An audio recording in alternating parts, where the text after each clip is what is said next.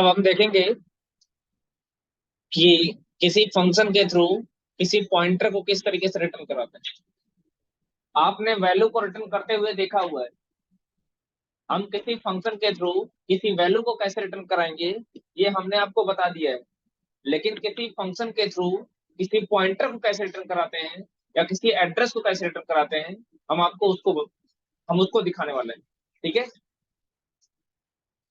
अभी अभी हमने कुछ देर पहले आपको बताया था कि वन डी एरे को कॉल बाय रेफरेंस के अंतर्गत किस तरीके से हम लोग इम्प्लीमेंट करते हैं। तो उसमें हम क्या करते थे, एक एरे ले रहे थे मेन फंक्शन के अंदर, और यहाँ पे एक डिस्प नाम का यहाँ से हम डिस्प नाम के फंक्शन को कर रहे हैं, और वो डिस्प नाम का फंक्शन डिफाइन कहाँ पे है, यहाँ पे है। तो इस कॉलिंग के दौरान वास्तव में क्या पास हो रहा था, यहाँ से बेस एड्रेस पास हो रहा था। किसका? ए के इंडेक्स नंबर 0 का एड्रेस पास हो रहा था। कहाँ पे? इस पॉइंटर में। समझ में आई बात? और उसके बाद हम क्या कर रहे थे, इस पॉइंटर की हेल्प से एरे के सारे एलिमेंट्स को वन बाय वन करके हमने एक्सेस किया था, और आउटपुट हमारा कुछ इस तरीके से दिख रहा था। 10 20 30 40 50। अब यहाँ पे हम करने क्या वाले हैं, ध्यान से समझिएगा। हम यहाँ पे भी नहीं प्रिंट कराना चाहते। हम एरे के एलिमेंट्स को यहाँ पे नहीं प्रिंट कराना चाहते। ध्यान से समझिएगा। हमने यहाँ से क्या किया, बेस एड्रेस को पास किया। उसके बाद एरे का जो बेस एड्रेस होगा वो पॉइंटर में आ जाएगा। मैं प्रिंट यहाँ पे बस मैंने कॉल किया और यहाँ से एड्रेस को पास किया, मैं प्रिंट यहाँ पे नहीं कराऊंगा। हम प्रिंट वापस कहाँ पे कराना चाहते हैं, वहीं पे कराना चाहते हैं जहां पे हमने एरे को डिफाइन किया हुआ है। मेरे कहने का मतलब ये है कि एरे का बेस एड्रेस तो यहाँ पे आ गया, लेकिन हम कोई ऑपरेशन परफॉर्म नहीं करना चाहते। हम वापस ऑपरेशन वहीं पे परफॉर्म करना चाहते हैं जहां पे हमने एरे को डिफाइन किया हुआ है, या हम यूं कहें जहां से हमने फंक्शन को कॉल किया हुआ है, हम वहां पे प्रिंट कराना चाहते हैं। तो फंक्शन को हमने कहाँ से कॉल किया हुआ है, यहाँ से कॉल किया हुआ है।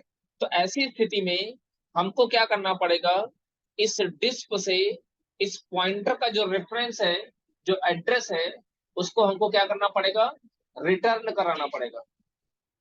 तो रिटर्न कैसे कराओगे?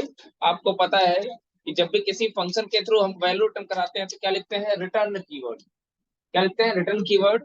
और यहाँ से क्या पास करेंगे, पीटीआर। यहाँ से हम क्या पास करेंगे, पीटीआर। तो वास्तव में होगा क्या,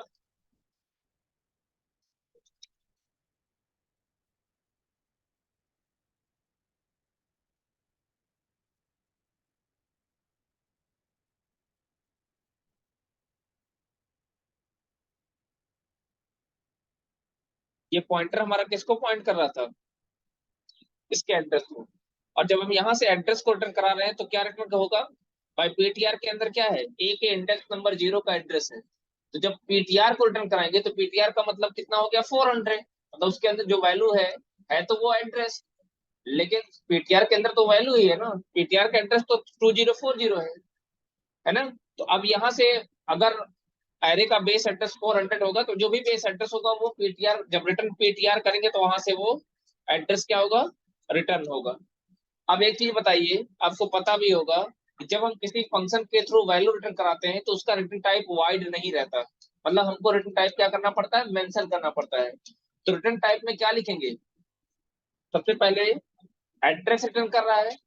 अच्छा, उस एड्रेस पे किस प्रकार की वैल्यू स्टोर है, ध्यान से समझिए। अगर हमने यहाँ से एड्रेस रिटर्न हो रहा है 400, तो 400 लोकेशन पे कौन सी वैल्यू है, इंटीजर। यानी पॉइंटर का जो टाइप है वो क्या है, इंटीजर। पॉइंटर का जो टाइप क्या है, इंटीजर है। तो हम यहाँ पे क्या लिखेंगे, इंट, और उसके बाद क्या लिखेंगे, एस्ट्रिक। एड्रेस रिटर्न हो रहा है ना, तो हम यहाँ पे क्या लिखेंगे, एस्ट्रिक। उसके बाद क्या होगा, जब यहाँ पे हम एस्ट्रिक लिखेंगे तो अब आप बताइए, फंक्शन डेफिनेशन का टाइप अगर रिटर्न टाइप एड्रेस है या इंट एस्ट्रिक है तो यहाँ पे भी चेंज करना पड़ेगा, नहीं करना पड़ेगा। तो यहाँ पे भी हमने क्या कर दिया, इंट एस्ट्रिक कर दिया। अब देखिए, जब यहाँ से पीटीआर रिटर्न हो रहा है तो पीटीआर की वैल्यू कहाँ पे स्टोर होगी, कहाँ पे जाएगा, वहां पे जाएगा जहां से हमने फंक्शन को कॉल किया हुआ है। तो कहाँ से कॉल किया हुआ है, इस स्टेटमेंट से, यहीं से तो कॉल कर रहे हैं। मैं इसको हटा दे रहा हूँ। अब एड्रेस यहाँ पे आएगा, और उस जब एड्रेस यहाँ पे आएगा तो उस एड्रेस को हमको किसी न किसी पॉइंटर वेरिएबल में रिसीव करना पड़ेगा, नहीं करना पड़ेगा। तो उसके लिए हमने क्या कर लिया, एक पॉइंटर वेरिएबल डिफाइन कर लिया, और इस पॉइंटर वेरिएबल में हम लोग क्या स्टोर कराने वाले हैं, एड्रेस। कौन सा एड्रेस, वो एड्रेस जो पीटीआर द्वारा रिटर्न किया गया है। यानी जब यहां से पीटीआर वैल्यू रिटर्न करेगा तो वो वैल्यू किस में स्टोर हो जाएगा, P1 में। तो अगर इस डायग्राम के अकॉर्डिंग देखा जाए तो पीटीआर के थ्रू कौन सी वैल्यू रिटर्न हुई है, 400, और ये 400 किस में जाके स्टोर हो जाएगा, P1 नाम के पॉइंटर में। पॉइंटर में क्यों हमने स्टोर किया हुआ है, क्योंकि पीटीआर जो वैल्यू रिटर्न कर रहा है वो वास्तव में क्या है, वो 400 ही है। मतलब क्या है, बेस एड्रेस है किसका, ए का। ए का बेस एड्रेस तो रिटर्न कर रहा है, इसलिए हमने P1 को किस टाइप से डिफाइन कर दिया, पॉइंटर के टाइप से। अब इस पॉइंटर के थ्रू हम एरे के सारे एलिमेंट्स को वन बाय वन एक्सेस कर सकते हैं। अच्छा देखो, ये पीटीआर, इस पीटीआर के थ्रू आप यहाँ पे प्रिंट नहीं कर सकते हो भाई। ये पीटीआर क्या है, लोकल वेरिएबल है। इसका यूज हम सिर्फ डिस्प फंक्शन के अंदर कर सकते हैं, मेन के अंदर हम नहीं कर सकते। तो जब यहाँ से हमने रिटर्न पीटीआर किया तो उसको हमने क्या किया, एक दूसरे पॉइंटर वेरिएबल में हमने क्या कर लिया, स्टोर कर लिया। अब इस पॉइंटर वेरिएबल के थ्रू हम इस एरे के सारे एलिमेंट्स को वन बाय वन करके एक्सेस कर सकते हैं। कैसे एक्सेस करेंगे उसको देखिए।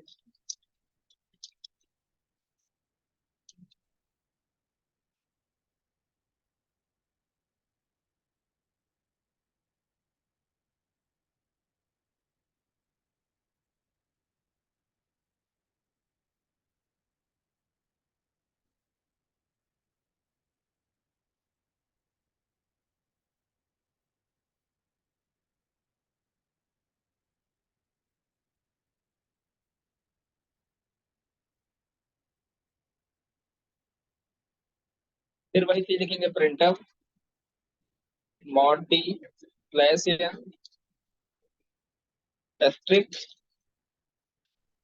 Bracket P1 plus.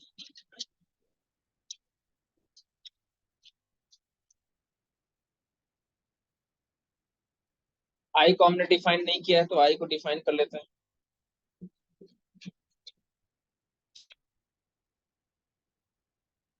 देखिए एरे के सारे एलिमेंट प्रिंट हो गए नहीं, तो हम एड्रेस को रिटर्न करा के भी हम लोग क्या कर सकते हैं, पॉइंटर पॉइंटर एरे के सारे एलिमेंट को हम वन बाय वन करके हम एक्सेस कर सकते हैं। तो मेरा मेन उद्देश्य ये था कि हम ये भी आपको बता दें कि आपको ये पता है कि फंक्शन हमारा वैल्यू रिटर्न करता है, लेकिन अगर जरूरत पड़े तो हम फंक्शन के थ्रू एड्रेस को भी रिटर्न करा सकते हैं। ये उस पर आधारित एक एग्जाम्पल, समझ में आई बात। तो जब फंक्शन हमारा एड्रेस रिटर्न करेगा तो यहाँ पे हम उसका टाइप मेंशन कर देंगे, ठीक है। इसको भी नोट कर लीजिए।